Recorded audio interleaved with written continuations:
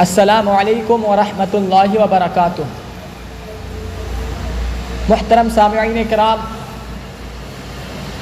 آج میں آپ لوگوں کے سامنے فن صرف کی ایک مشہور و معروف کتاب علم الصیغہ کا درس لے کر کے حاضر ہوا ہوں۔ فن صرف کا سیکھنا اور اس میں مہارت حاصل کرنا مدارس کے طلباء کے لیے نہایت ضروری ہے۔ وہ طالب علم جو علم فقہ، علم حدیث، علم تفسیر کو کما حقہ پڑھنا چاہتا ہے، علم فقہ، علم حدیث، علم تفسیر کے سیکھنے میں دلچسپی رکھتا ہے، صحیح معنی میں دلچسپی رکھتا ہے، تو وہ علم صرف سے پیچھے نہیں ہٹتا، کیونکہ ان علوم کا سیکھنا بغیر عربی کے سیکھے ممکن نہیں ہے، اور عربی کا سیکھنا بغیر علم صرف کے ممکن نہیں ہے۔ علم صرف عربی سیکھنے، عربی جاننے کے لیے ریڑھ کی ہڈی مانی جاتی ہے۔ علم صرف کے بغیر عربی کے کلام کو پڑھنا تو دور کی بات ہے، آپ ایک کلمہ کا تکلم پر اعتماد ہو کر کے نہیں کر سکتے۔ اگرچہ آپ قرآن کریم پڑھتے رہنے کی وجہ سے آپ کی زبان پر عربی کے کچھ کلمات کی سلاست آ گئی ہو، عربی متون کے پڑھنے کی وجہ سے کچھ سلاست آ گئی ہو، لیکن پر اعتماد طریقے پر آپ کسی ایک کلمہ کا تکلم نہیں کر سکتے ہیں۔ مثال لیجئے، اس کتاب کے خطبے میں ہی ایک لفظ مذکور ہے اعمال، ایک لفظ مذکور ہے افعال۔ تو اگرچہ آپ اگر سلاست کی وجہ سے عربی زیادہ دیکھنے کی وجہ سے، عربی قرآن کریم کے پڑھنے کی وجہ سے، اس کی تلاوت کی وجہ سے آپ اسے افعال اور اعمال درست ادائیگی کر دیں، لیکن پر اعتماد ہو کر کے نہیں کر سکتے ہیں، کیونکہ جس طرح عربی میں لفظ افعال آتا ہے اسی طرح لفظ افعال بھی ہے، جس طرح عربی میں لفظ اعمال ہے اسی طرح اعمال بھی ہے۔ تو اگر کوئی آپ کو مغالطہ میں ڈالتے ہوئے کہے کہ یہ افعال نہیں ہے افعال ہے، تو یہ بات بعید نہیں کہ آپ اس بات کو تسلیم کر لیں۔ لہذا پر اعتماد ہو کر کے کسی ایک کلمہ کا تکلم بغیر علم صرف کے سیکھے، بغیر علم صرف کے جانے ہوئے ممکن نہیں ہے۔ اسی وجہ سے اگر آپ عربی سیکھنا چاہتے ہیں، اگر آپ علم فقہ، علم حدیث، علم تفسیر میں دلچسپی رکھتے ہیں، آپ علم فقہ کا طالب علم ہے، آپ علم تفسیر، علم حدیث کا طالب علم ہے، لہذا آپ کے لیے ضروری ہے، بلکہ آپ پر فرض ہے کہ آپ علم صرف کو سیکھیں۔ یہ کتاب علم الصیغہ اسی ایک فن کی ایک جامع کتاب ہے۔ خود مصنف نے اس کے وصف کو بیان کرتے ہوئے کہا ہے، جیسا کہ آپ پڑھیں گے، کہ یہ میزان و منشعب کی گردانوں کو بھی شامل ہے، پنجگنج کی تعلیلات کو بھی شامل ہے، زبدہ اور صرف میر میں جو مسائل کی وسعت ہے، جو فوائد کو ذکر کیا گیا ہے، ان کو بھی شامل ہے۔ آپ خود اس کتاب کو جب پڑھیں گے تو آپ محسوس کریں گے کہ جب آپ ابواب کے باب ابواب میں ہوں گے اور پھر جب آپ گردان کو پڑھیں گے تو ایسا لگے گا کہ آپ میزان و منشعب پڑھ رہے ہیں۔ جب آپ تعلیلات کو پڑھیں گے تو ایسا لگے گا کہ آپ پنجگنج پڑھ رہے ہیں، اور جب آپ اس کے فوائد میں غور کریں گے اور جب آپ اس کتاب کو ایک مجموعے کے حیثیت سے دیکھیں گے تو ایسا لگے گا کہ زبدہ اور صرف میر کی جگہ پر ہے۔ لہذا یہ ایک ایسی کتاب ہے کہ جو فوائد کثیرہ پر شامل ہے اور جامع ہے، مختصر ہے، لیکن یہ علم صرف کے تمام تر قواعد کو شامل ہے۔ آئیے تو اب اس کتاب کی شروعات کرتے ہیں۔ بسم اللہ الرحمن الرحیم۔ الحمد للہ الذی بیدہ تصریف الاحوال وتخفیف الاثقال، والصلاة والسلام على سید الہادین الى محاسن الافعال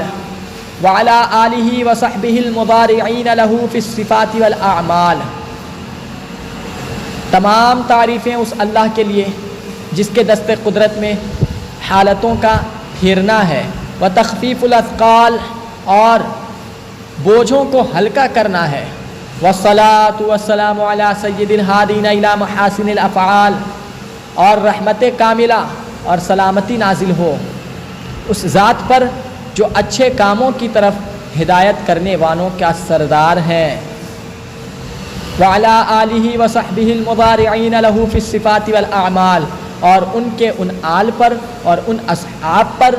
جو کہ نبی کریم کے مشابہ ہیں صفات میں اور اعمال میں۔ یہ مصنف رحمہ اللہ کا خطبہ ہے۔ اس خطبے میں آپ غور کریں گے تو کچھ ایسے الفاظ کو مصنف نے استعمال میں لایا ہے کہ جو علم صرف کے اصطلاحات میں سے ہے، جیسے کہ لفظ افعال، لفظ المضارعین جو المضارع کی جمع ہے، لفظ تصریف، لفظ تخفیف، یہ ایسے الفاظ ہیں جو اس علم کے اصطلاحات میں سے ہیں اور اس علم میں کثرت سے وارد ہوتا ہے۔ تو ان الفاظ کو مصنف کا خطبہ میں لانے کی غرض کیا ہے؟ تو جان لیجئے کہ مصنفین کا یہ طریقہ رہا ہے کہ وہ اپنے خطبے میں ایسے الفاظ کو لاتے ہیں جو اس علم کے خصوصیت میں سے ہوتا ہے، جو اس علم میں کثرت کے ساتھ وارد ہوتا ہے، جو اس علم کے اصطلاحات میں سے ہوتا ہے،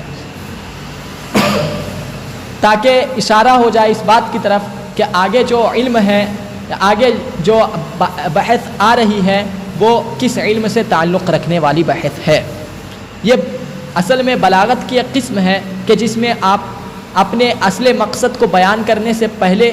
کلام میں ایسے ایسے الفاظ کو لائیں جو آگے اشارہ کرتا ہو کہ آگے آپ کس مقصد کو بیان کرنے والے ہیں۔ اسے براعت کہتے ہیں۔ یہ عربی کی ایک نہایت ہی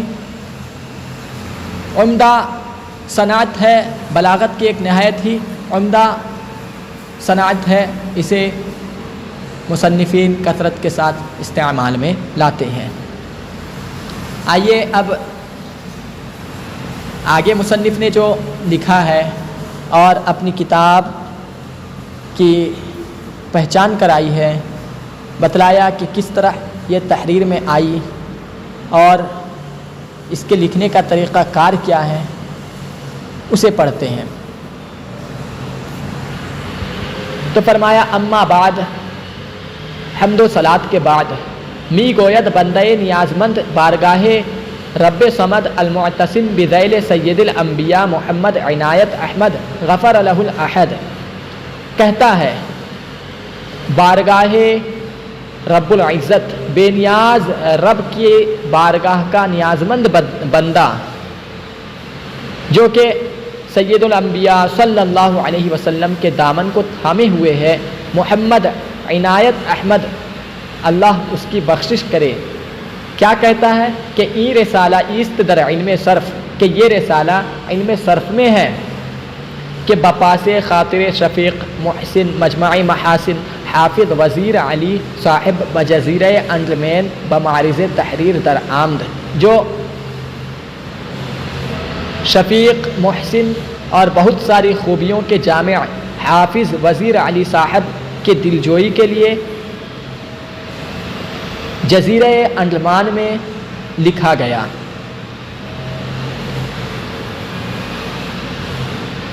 مطلب مصنف رحمہ اللہ نے اس بات کی طرف اشارہ کر دیا کہ اس کتاب کو لکھا جو گیا ہے یہ حافظ وزیر علی صاحب، ان کی عرضی، ان کے گزارش پر اس کتاب کو انہوں نے لکھا، اس کی تحریر کی۔ یہاں پر انہوں نے بجزیرہ انڈمان کہا، اس بات کی طرف اشارہ کیا ہے کہ یہ جزیرہ انڈمان میں اس کو لکھا گیا۔ جزیرہ انڈمان یہ ایک جزیرہ تھا جس کے چاروں طرف سمندر، بیچ میں یہ ایک جزیرہ، جہاں پر مصنف گرامی رحمہ اللہ کو 1857 کی جنگ آزادی کے بعد انگریزوں نے وہاں پر قید کر کے رکھ دیا تھا، جس طرح بہت سارے علماء کو اور بہت سارے لوگوں کو وہاں پر انگریزوں نے قید کر کے رکھا تھا، اور وہاں پر طرح طرح کی قسم قسم کے ظلم و ستم کرتا تھا۔ لیکن یہ لوگ چونکہ ہمارے بزرگ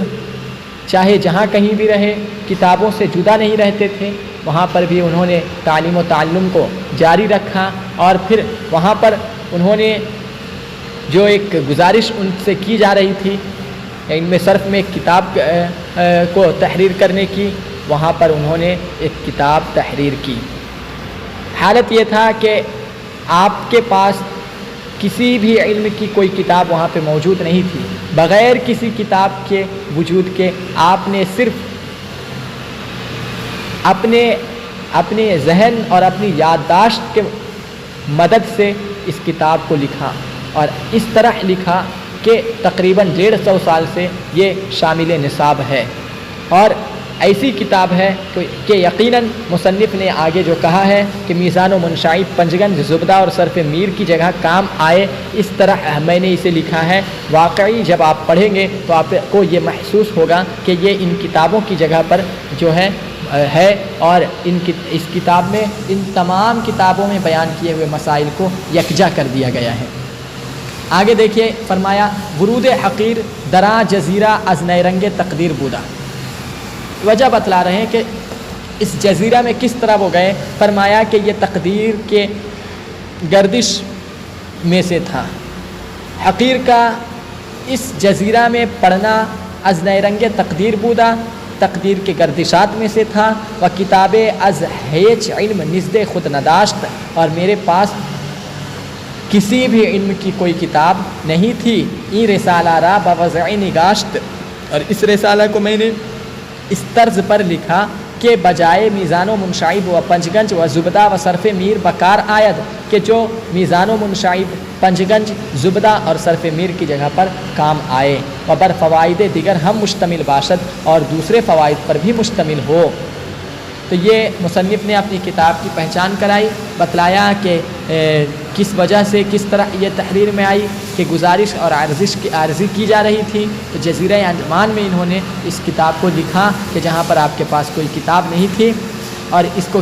کس طریقے پر لکھا؟ اس طرح لکھا کہ میزان و منشائب، پنجگنج، زبدہ اور صرف میر، ان میں بیان کیے ہوئے مباحث کا جامع کتاب ہو۔